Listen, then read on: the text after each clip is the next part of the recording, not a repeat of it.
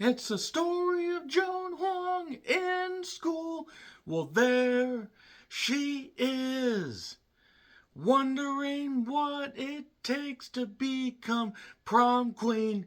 Well, there is a slanted view as racist as it can be, and she wants to fit in and realize experimentation is in. And if she becomes like one of them, she'll fit in with the club.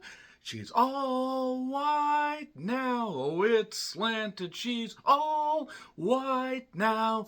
Sure, it's all white now. A slanted view of all white now. Slanted was written and directed by Amy Huang. This is her feature debut and features Shirley Chen, who is in Dee Dee, Get Out of My Laboratory. Actually, Dee Dee was a terrific film, by the way. You need to check that out. She plays Joan Huang, who comes over with her parents who look for a better life in America. They are Chinese. They're working hard. The dad in particular takes up some house cleaning jobs. The mother does what she can. They try to have the traditional Chinese values, speaking Mandarin in the household. But Joan, from an early age, really just wants to fit in. She's kind of seen the American lifestyle and realizing maybe the old ways are just not worth it, and the new ways, the American ways, are the way to go.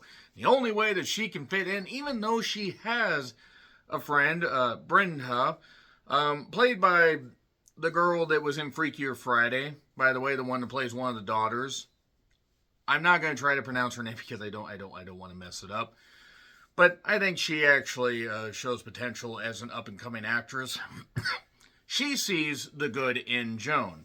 Joan, however, just feels that she could be a little bit better and a little bit whiter. Yes, it's pretty much a meta-commentary on we as white people pretty much making everybody fit into our way of thinking and how everybody should be in America, even though America was founded on being a melting pot and should still be a melting pot. That being said, Joan ends up going through a certain experimentation that turns her white. And this experimentation, unfortunately, comes with consequences. Such as the consequences of pretty much being a lengthy Twilight Zone episode and having ideas and things that could have certainly been expanded upon. Unfortunately, this movie ends up being a big nothing burger. It has stuff that it's trying to say, it just has no proper way to form the words. Any attempt that it has to expand on its characters feels forced, and Shirley Chen, by the way, is a very good actress.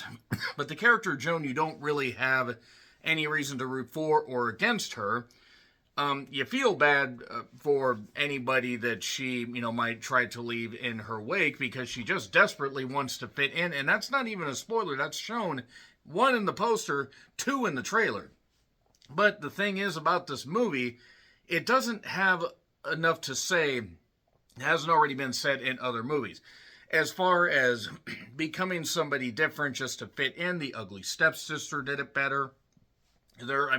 Granted, that had a bit of a bigger budget, but it has McKenna Grace in it, who probably needs a better agent, because to be perfectly honest, McKenna Grace has had a string of questionable choices since getting away from the Ghostbusters franchise. Elaine Hendricks is in this, who is also in Freakier Friday. Apparently, they just had a Rolodex of the cast members, but when Jamie Lee Curtis and Lindsay Lohan didn't call, and Mark Harmon was going to bring his dog to set and torture Polly Perrette again, Google it, kids, they just got the other two. Megan Hayes is in this, as well as Emile Zilber that plays, or Amelie Zibler, however you say it, Zilber. She ends up, factoring in a little bit later for something that is actually pretty obvious from the beginning. Vivian Wu is in this, who is in Joy Luck Club and Teenage Mutant Ninja Turtles 3. And our Keith Harris plays a character named Willie. Oh, Willie. Voices in your bedroom, these things never end well. And if you're a Riff Tracks fan, you know. And if otherwise, you're mind-numbingly confused. But basically, it has ideas on like what beauty is and staying true to yourself and stuff like that. But any, labeling of body horror that this movie has. There's like a smidge of that. It's an attempt at dark comedy with a few laughs. This, by the way, was the Regal Mystery movie. I was hoping it was undertone, because unfortunately it ended up being slanted, and while I went in with a mindset that it might not be too bad, it ended up not being very good. I appreciate what it was trying to say, and maybe I'm just not getting it. Maybe as a white person, I'm the wrong person to comment on it, but I'm not the only person saying that this movie ended up kind of failing to meet any expectations. So it's in theaters this weekend. If you want to check it out, maybe you'll like it. So 3, 2, 1, and spoilers. There we go. So I do also want to mention Sarah Kopkin is in this. She was in Screamboat. It's a very pretty blonde, and we'll say that much. And Callie McClancy, who I swear I've seen in stuff before. But that being said, we start with young Joan, who is at school, almost like a dream sequence. She goes over with her dad, and she has a decent relationship with her dad. Her mom wants her to be a little bit too traditional, shall we say, and I respect what the mom's trying to do. Do not misunderstand me, but Joan's kind of fighting against that. But she has a good relationship with her dad, and her dad is working as a janitor, also doing cleaning stuff. And he's bouncing around just trying to make ends meet. I guess things were really bad over in China. I guess. I don't know. But Joan has this idea of wanting to become prom queen. That's pretty much the central theme of this movie. At least that's the attempt to have a central theme. Because she really wants to become that. And Brenda wants to really help her out, being that she's her friend and everything. And there's like a few moments of like halfway decent chemistry between them, but I hated the camera work. It wasn't that the camera work necessarily was unprofessional, but just the way it was done, it just felt sloppy. It just felt like, just something was a little bit off about it. Soundtrack was decent. The, supporting characters are what they are.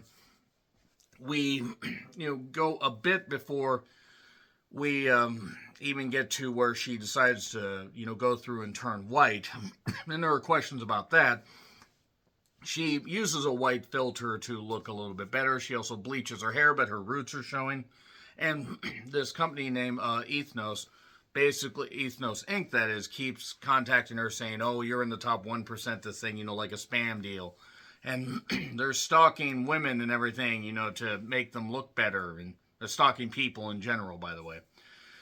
But we basically get a little bit of build. I did like the stuff with the parents, the interplay with the parents. That was fine. The mother wanted her to celebrate like some holiday. I don't remember what it was. Sorry. Making dumplings and stuff like that. And again, there were parts to this. Like the stuff with the parents wasn't too bad, but then we had the stuff with the friends, and the friend like totally drops out at one point because Joan ends up getting, kind of getting her hair done a little bit different because she has to take over for her dad and his job because he cut his hand dropping something. And there was this woman named Harmony, played by Elaine Hendricks, who I do have to say in the few scenes that she's in actually gets a chance to shine a little bit. But then Joan decides to go through it. But because she's a minor, she needs parental signatures. And she gets that under the guise of it being a field trip. Oh, by the way, this whole thing is permanent. Remember that. Remember the fact that this thing is permanent here in just a little bit. So she also has a bit of a crush on this girl, almost seemingly a crush on this girl, Olivia. She actually likes this guy whose name escapes me. He's known as the hot guy, but whatever. It is what it is. We had better looking guys at my high school, in my high school class, mixed in with the girls and everything, because we had a decent melting pot there. That being said, I digress. She does want this girl, Olivia, who was going to be prom queen, but suddenly is not going to be prom queen. She's got a job on a movie set, and if she can get her endorsement, then she'll become prom queen. Instead of just accepting that it's really not that big of a fucking deal. It's really fucking not. Look what happened to Sarah Michelle Gellar after she was like, homecoming queen or whatever. She got killed a year later. That's what could happen, Joan. You could get killed by a fisherman with a hook. to be perfectly honest, I probably would have spiced this movie up quite a bit, because something needed to spice this movie up, because this was languid. It was a 100-minute long movie. It felt padded yet rushed at the same time. It's remarkable that a movie can achieve that with a stop-start deal. And Joan goes into the clinic. There are some humorous moments about him. Like, there's a song, "It's Good to Be White," whoa, or however it was done. And there are people that used to be certain races, like even Willie used to be black, but he just couldn't fit in, and he just wouldn't get ahead. But if you can't beat them, be them. Again, there is something in here about how and I say this as somebody who's white, and having seen it, we expect people to conform just one single thing, or, you speak such great English despite looking different, when they could have been born here too, by the way. So, after Joan undergoes the whole deal and pays a deposit, which I think it was like the Chinese New Year, now that I think about it, the thing they were making the dumplings for. So she had a cash reward thing or whatever it was. So she either it was her money or money she stole, but she took that and used it as a deposit to pay to have the surgery done. Now, mind you, just before this, she actually had to take over her dad's cleaning jobs, and we saw her do that once, cleaning up for Harmony, and Harmony kind of she was aloof. I don't think she meant to treat her like shit, but she did. And, Joan had just gotten integrated with Olivia and her group, but now it's time to take the final step and become white, and she does become white. McKenna Grace. It really is remarkable, the amount of roles that she had been in just the past couple years. I'll take this over Regretting You, because I think there was a little bit of effort in the writing, unlike a Colleen Hoover book. By the way, yes, I will be watching Reminders of Him. It will probably be the last Colleen Hoover movie adaptation that I review. But in the rest of Slanted here, once she becomes white, her family doesn't recognize her. Obviously, I don't know how in the world she thought that this would necessarily work, but, she ends up basically fitting, making them realize it's her. And the friend is just totally gone, by the way. Like, she ignores the friend. The friend had tried to call her a whole bunch, but the movie couldn't afford to show that. She fits in with Olivia. There is a moment where she's, fitting in, and they get this, thing where they're, shaking up their salad bowls, tossing their salads, as it were. You crazy kids and your tongue-in-cheek mentality, har. But doing all that was doing the synchronized salad tossing, which I saw in a movie once, and I won't say what. Always delete your search history. That was sort of funny, and the stuff in the clinic was kind of funny. And there were other parts that sort of worked, but then just as much of it would pull us back. Like, nope, that's enough fun. Let's go back to the basic pacing of this and the basic concept of it. I can't state enough just how paralyzingly dull a lot of this movie is, and that's the unfortunate part of it. But she's trying to fit in. And mind you, we're 45 minutes in to an hour and 40-minute movie. And I hate to say it, but, a lot of it doesn't really feel earned. Like, okay, Joan wanted to do this, and now Joan, she changed her name to Joe Hunt. You have no idea how easy it was for me to just twist that name around. But that being said, she found out just before this that Harmony was actually going to be going on vacation. So she actually uses that against her, because her, Harmony kind of, shafted her dad on a shift. And while trying to get Olivia in her pocket, so to speak, or, just get her endorsement, because apparently that's so important, she ignores her friend.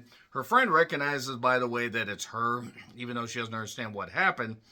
And Olivia just wants, Joe to prove herself. So she does, by basically getting rid of her friend and her friend's friend. I didn't catch the girl's name, nothing against her, but she was only in that one scene. So yeah, that's it. We're just totally done with that. This party, by the way, was at Harmony's house. She's having to lie to her parents about all this and, all this party and all this stuff that she's doing. So she's going away from even just being a daughter. Even being a bit rebellious is one thing, but going away from how she was raised. And she's also starting to notice that marks are happening. Excuse me. Skin's peeling. There's even a mark on her cheek where, stuff's starting to droop. She goes in, gets some of this cream and this tape and stuff like that. Oh, tape it up and this kind of stuff and apply it to the infected spots. And things aren't going that well, but she does get the endorsement. She's going to be prom queen. And McKenna dresses up. I will say she rocked that dress. That really suited her. That color suited her. Magnificent style on her. And she goes, but then her face starts to really have some issues. And Olivia peeks in. And Olivia basically ends up telling her, your old face fights back at first, but it gets better. So yeah, she becomes prom queen. Face droops, falls down. Bombshell of Olivia being somebody that participated in the Ethnos Inc. deal. And even the dad says, we used to be Cuban, but we don't use the word race. We believe in true equality, by becoming them. And it's just not good. But yeah, the whole thing with Olivia being like somebody that took part in this really wasn't surprising. And then she ends up, having this just faded, all this kind of look. And she's just upset. She had eaten at Olivia's house, but she's got this face just going on like this. They're trying to say to her, hey, people will either go with you or they'll fade away and they'll no longer be part of your life. She realizes that even though she's white, it's not all it's cracked up to be. And she's talking to her parents. And then she decides, damn it, I want to go get this changed. And the doctor even said, and people are pissed. People are pissed because their procedures are not working, all this stuff and everything. Apparently, we just had a hard shift and now everybody's against Ethnos. But basically, she ends up getting kicked out the back. Willie basically says, for things to grow, the original seed has to die. And that's the idea. Then we cut to her face, like peeling off and blah, blah, blah, blah, blah. She's ripping this off. And suddenly she sees her original eye. Like her eye and everything. So I guess the procedure isn't permanent because you can just go back to being you. The movie ends. That's literally how it ends. That's literally what it does. So all that stuff, I guess she can go back to being friends with Brenda. I guess. None of this it feels very hacked to pieces, but it also feels very stretched out. It feels like an extended Twilight Zone episode, but without the proper writing and the ingenuity and the just wonderful whimsy or horror about it. Slanted just unfortunately feels like a misfire. I didn't hate it. I didn't like it. And unfortunately it gets an F. I gave it 2 stars on Letterboxd. You can go read up a little bit about that if you want, but you've already heard all my opinions here. So, yeah, that being said, I am going to just bounce. So, yeah, that was Slanted. So let me know your thoughts in the comments. Like, share, subscribe, Twitter, Letterboxd, Blue Sky handles in the description. I'm John Rittland. And until we become white to fit in once again, even though I already am and I still don't fit in because I'm very cuckoo, happy trails to you.